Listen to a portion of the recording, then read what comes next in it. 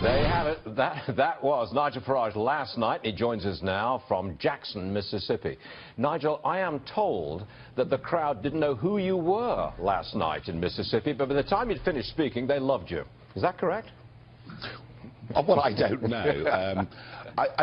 It may well be that there are lots of people that turned up at that rally last night that perhaps haven't studied Brexit very much. They've heard of it, but they haven't perhaps studied it. But the lessons, the parallels are clear. You know, what we did in the UK on the 23rd of June was to strike the first really big blow against the professional political class working hand in glove with the giant multinationals and the big Wall Street banks. And I think, you know, hopefully I explained that yesterday. Look, but they're all against you. I mean, the establishment was lined up en masse without breaking any ranks at all. They were all opposed to you.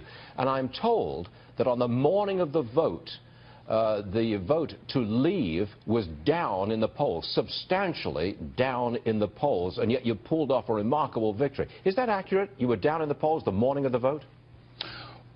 The morning of the vote was quite remarkable. There was an opinion poll issued by what was a reputable polling company showing the Remain side 10 points in the lead. And I genuinely think that what went on at the end of that campaign was a deliberate media and establishment attempt to say to voters, look, Brexit isn't going to win, so why bother to go out to vote for it? And what I was saying to Trump supporters last night is whatever gets said in the next 73 days in this campaign, you know, even if they tell you that McDonnell can't win, don't believe them, because what we saw was a deliberate attempt to fiddle the figures. Luckily, we ignored it and we beat them.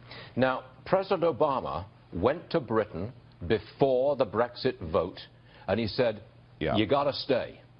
I understand that that was very resented by British people who didn't like an American politician telling them how to vote. Well, couldn't you say the same thing about you?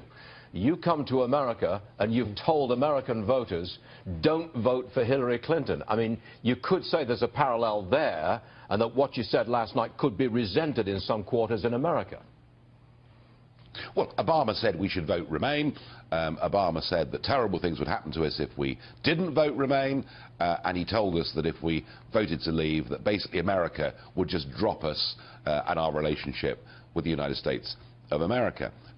I didn't tell anyone how to vote. I mean, I wouldn't dare do such a thing. I did suggest, though, that if I was an American citizen, I wouldn't vote for Hillary, because nothing is going to change if that woman wins. She represents that big corporate media club, you know, that have had their own way over the last 20 or 30 years, that have led us into an endless series of wars and led us into a world where the rich get richer and the poor get poorer. So I personally wouldn't vote for Hillary, but no, I'm not telling people how they should vote. Would you did not directly endorse Donald Trump last night. Why not? Because I criticised Obama for telling us how we should vote, and I'm not going to fall into that same trap myself. But I don't think it's very difficult to read between the lines of what I was saying last night. Now, we were told that if the Brits voted to leave Europe, the Brexit, if it was a successful vote, the whole country would fall to pieces. It would be a catastrophe. The stock market would plunge, the economy would go into recession, depression. Bring us up to speed, please. The vote was June the 23rd. It's now 2 months later. What's happened in those 2 months in Britain? Well, what has happened is the FTSE 100 index, our main share index, has gone through the roof. It is over 25% higher than it was in February this year. We had the largest house building company, who we were told would virtually go bankrupt if we voted Brexit, reported their figures just this week with record orders on their books. We've even seen Standard & Poor's and Moody's completely revise their growth prospects for Britain over the next 2 or 3 years. And we now see that the British economy, whilst it's not perfect, but is forecast to do better than France and Germany and the rest of the European Union. And frankly, what we were sold was a complete pack of scaremongering lies. It was called Project Fear. And I said to the audience last night, you know, you will hear the same thing.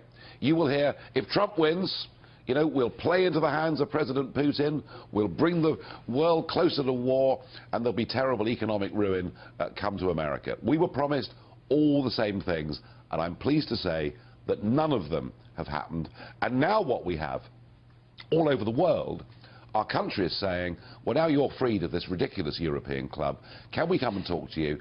Can we be friends again? And I think that really matters. And I very much hope, because, you know, I've always been a huge fan of the USA, I very much hope that we can resume our proper, special relationship as partners and friends now that we're going to be free again. A lot of people in America love you. Why don't you stay? Get a green card. Stay. You want to? Well, well, you did, didn't you? Yeah. I mean, you've been here forever. But look, you know, I worked for an American company in the 1980s and 90s, so I've travelled, you know, the length and breadth of this country on business, as I like to say, when I had a proper job. I'm now doing a bit of it in politics. All I can say is that over the course of the next few weeks, I will be back. Good.